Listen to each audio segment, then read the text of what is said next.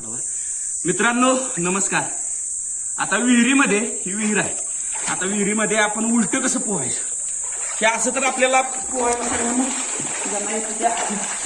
पण आता उलट्या पद्धतीने कसं पोहायचं बघा मी तुम्हाला दाखवतो प्रात्यक्षिक करून त्याचं. तिथं आता विहिरीच्या पायरीवरती उभा आहे पाण्यामध्ये. अंग मागं असं झोपून द्यायचं. मागं झोपले आपण कसं आपण केलं बघा अशा पद्धतीने अगदी सहज.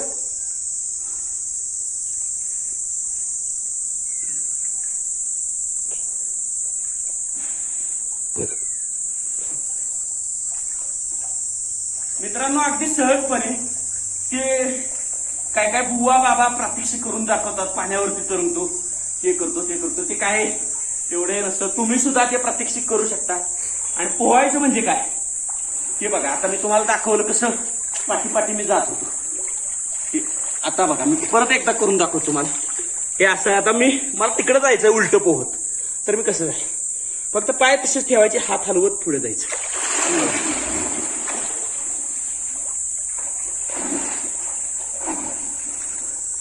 अगदी अशा पद्धतीने अगदी सहज किती जलद गतीनं आलो बघा. सहज तुम्ही उलट पोहू शकता.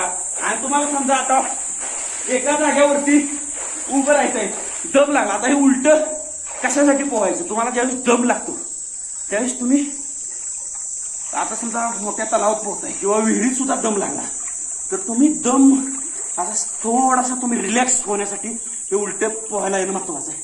हे बघा अगदी बुडतोय का बघा.